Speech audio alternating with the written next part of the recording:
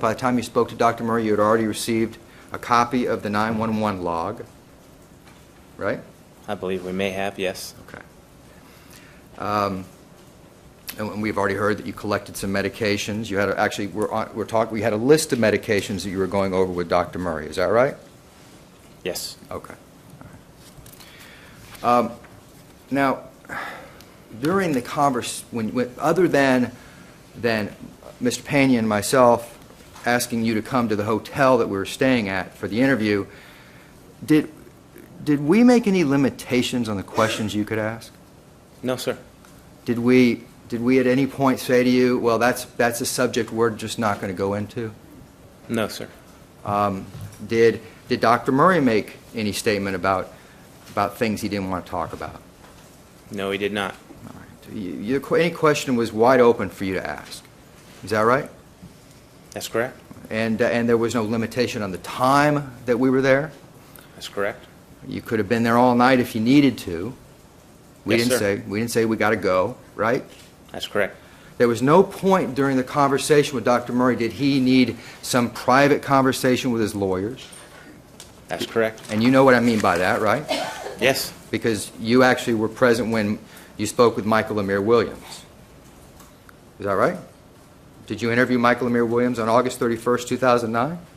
Yes. And you remember when he had to leave the room with his lawyer for a private conversation? Remember that? Vaguely, yes. But Dr. Murray didn't do that. That's correct. Would you agree with me that you were probably one of the more seasoned, more experienced investigators at robbery homicide? There's more seasoned individuals at robbery homicide than me. Okay. Well, I knew you were going to say that. I've known you for a while. Detective Smith, one of the things that you do as a homicide detective is you're very careful with keeping notes. Is that right? Yes. You understand the importance of keeping those notes. Yes. And you, in this particular investigation, you took a load of notes, right? Throughout the period of time you were investigating. Is that right? Yes, sir. And you were very careful in those notes? I try to be.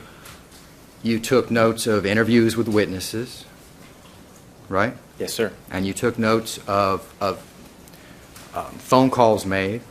Is that right? Yes. You took notes of meetings that you attended with the coroner's office. That's correct. And you took notes of meetings you attended with the district attorney's office. Yes. You took notes of evidence that was recovered, Yes. evidence that was collected, right? Yes. And where the evidence was collected. Yes.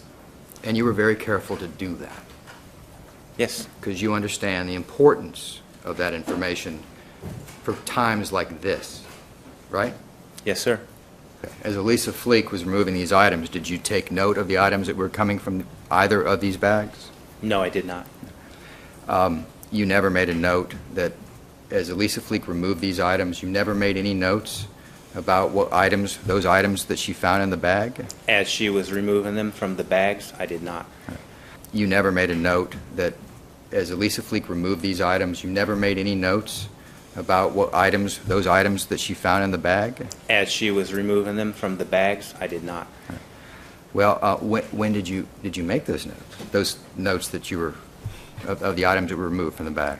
After the items had been removed from the bags and laid out for display. At the scene on the 29th during this search, you said that you were directing the photographs. Was there? You've testified to that. Is that correct? Yes. All right.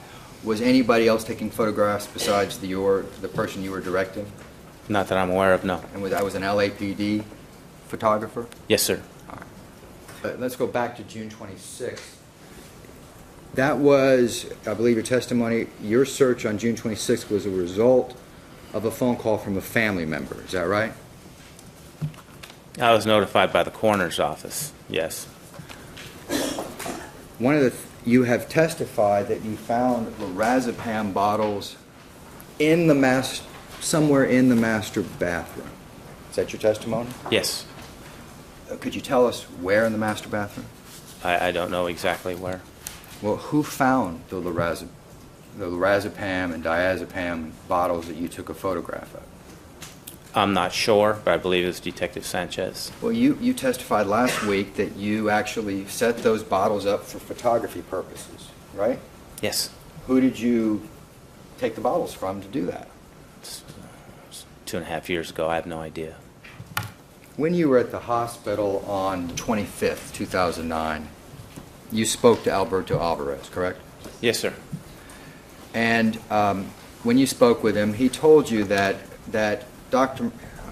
he was called into Michael Jackson's bedroom. He told you that? That's correct. Yes, sir.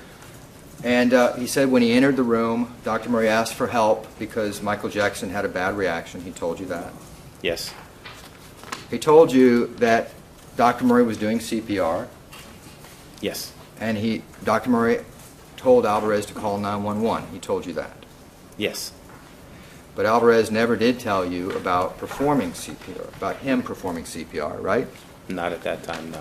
He never did tell you that Dr. Murray asked him to put vials or bags away. That's correct. He said nothing about seeing a vial or a bottle or a bag. He said nothing about any of that. Is that right? That's correct. The first time he said anything about that was 2 months later on August 31st, 2009. Yes, sir. The statements that you took on August 31st, 2009 were 4 days after the coroner had issued a press release about the cause of death, right? August 27th is when they issued their press release, Okay. right? Okay.